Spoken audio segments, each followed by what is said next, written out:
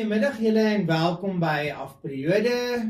Ons les gaan oor geografie vandag en dit gaan oor beroepe in verskillende nedersettings.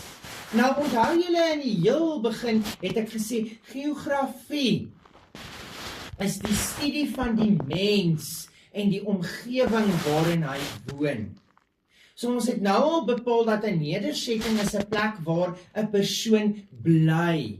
Goed, en ons kry 4 tipes, naamlik 'n plaas, 'n landelike dorp, 'n dorp en 'n stad.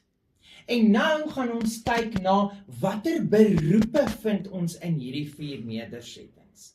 Nou die definisie van beroepe is die werk wat jy beoefen.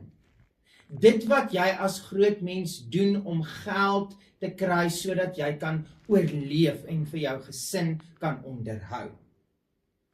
So as ons kyk na 'n plaas, dan sien ons dat ons kry 'n boer op 'n plaas. Dit is 'n beroep wat ons beoefen op 'n plaas.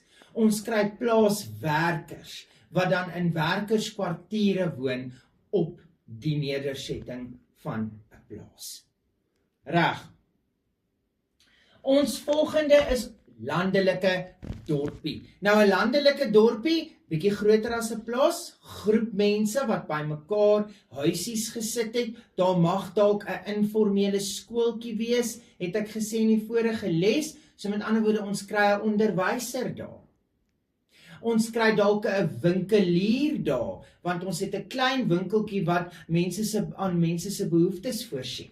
So ons kry dalk 'n bakker daar. Ons kry 'n winkelier daar, 'n winkelassistent. Ons gaan oor na dorp toe. Nou 'n dorp nog groter, hy teer paaie, so hy dalk 'n winkelsentrum. So ons kry kassiere daar wat werk in 'n Spar of 'n Pick n Pay waar hulle dan die geld insamel van die mense wat die produkte koop.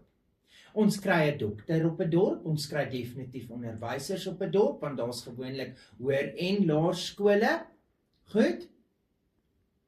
So ons kry 'n predikant en 'n dominee, want daar's gewoonlik 'n kerk, daar's polisiemanne, want daar's 'n polisiestasie op 'n dorp. So hoe groter die nedersetting, hoe meer beroepe kry ons daar.